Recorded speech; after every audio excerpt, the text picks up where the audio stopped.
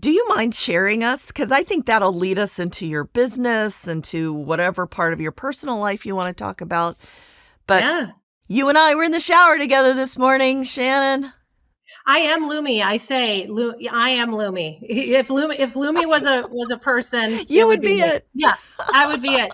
But I love this story because I think it really is a story about where good ideas come from everywhere. And then it just takes persistence and never fail, which is easier said than done. But as an OB-GYN resident, I really recognized that women were being over treated, over medicalized for vaginal conditions they never had, and being over treated with antibiotics they never needed, and walking out of the office with a diagnosis of BV or bacterial vaginosis as an explanation for odor.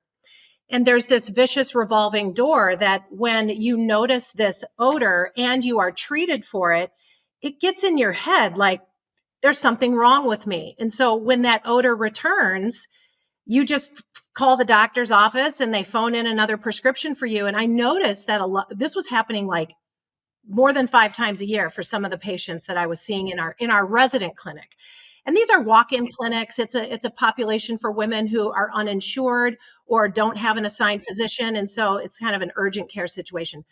But we did have a consistent following of quite a few women, repeat customers and patients that were coming in. So it wasn't as if I was seeing these women one time and I was just taking their word for it. What I was recognizing is they were being seen by healthcare providers. An objective or a subjective evaluation was happening where you're looking at, is there discharge? Yes or no? Well, that's subjective. Is there odor? Yes or no? Well, yeah, check the box. Yes. Is the pH of the vagina a little bit elevated, which can be an indicator of BV?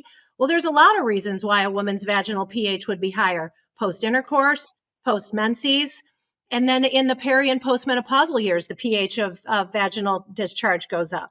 So really, we have really benign and physiological explanations for why these things could be true, but yet we were given women this label. So I suspected that these odors were happening on the outside when I personally experienced it. I was trying to get pregnant as a resident and I was post-call and I went to use the bathroom and I sat down and I smelled that smell. And I was like, do I have BV? And then I did some checking around and I recognized that, it's this odor is on the outside and it's happening because of exposure to semen.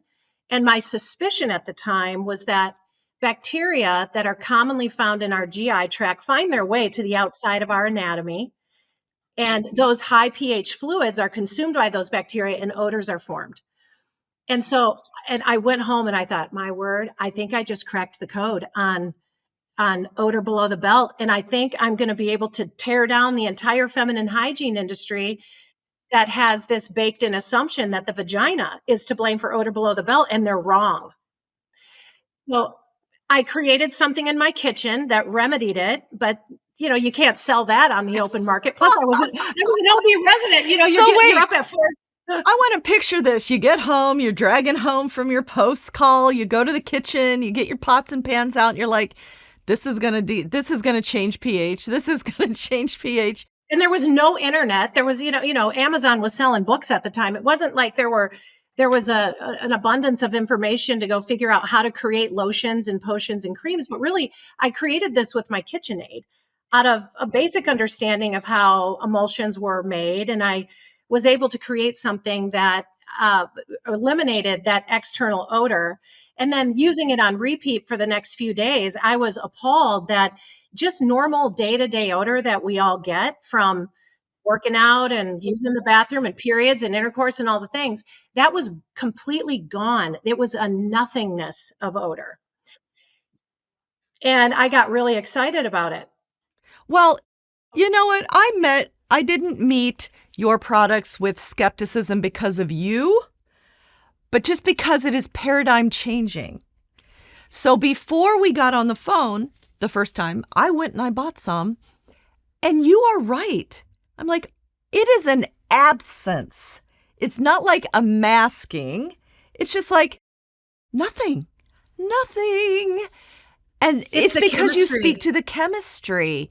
You change the root cause, not just put a layer of whatever, Chanel #5 on top or something, Yeah, right? no, in fact, fragrance has nothing to do with the benefits of Lumi, the chemistry of Lumi. What I actually use the science of individuals that have a fishy odor syndrome called metabolic acidemia or trimethylamminuria, where they have an abundance of certain amino acids, choline being one of them, and they lack the enzyme to digest that. So when it gets to the lower GI tract, those anaerobic bacteria that don't require oxygen that live Yeah, in our in the gut gut, in the colon. digest those amino acids, and an odor is formed, a fishy odor. And that is the chemistry that I used. And I looked at the enzymes necessary for that metabolic process to take place, which inevitably ends up in that odor. But then I hired a lab in LA and said to them, this is my hypothesis. I think this is what's happening. And they helped me either prove or disprove my You hypothesis. did a And when study. I did a study, it cost me $25,000 as a resident that I didn't have. And I thought, I'm going to change the world of feminine hygiene with this, and everybody's going to be so excited. But I was shocked that there were people who were excited about it. No doctors were excited about it. They were like, "Well, yeah, I mean, we all know that." And it's like it was so simple, Vonda, and the solution was just staring us in the face. But nobody had taken it over the finish line, and so I risked everything and did that. But tried to partner with all the big deodorant brands, like the CPG companies like Procter and Gamble, Unilever. They all told me no. And so I had to figure out how to do it on my own. And I didn't know the first thing about any of this. You just finished your residency, then you got another education, product development, distribution, marketing, business. It's a lot. It sat on the burner for over 15 years. I mean, I was a Oh, resident, and then, yeah, I didn't do anything with it because, don't quit your day job, right? When you're practicing medicine, you're putting on the robes of medicine. It's a yeah, calling. it is. And there's a little bit of this, like, how dare you use your education to go start a business and create, revenue for your family? That just seems, it felt a little it went against what I think the culture of medicine really promotes. But I felt this, and I'm going to say this. I felt like seeing, let's say I saw 1,000 patients a year, right? Delivered 10 babies a month. If you're able to impact and change the lives of those individual women, but imagine creating a product in a new category that's going to disrupt the way women feel about themselves and their skin and eliminate the odor between showers that makes us the most self-conscious. I was going to be able to change the lives of millions of women. And that's how I saw it. And that's how I view it.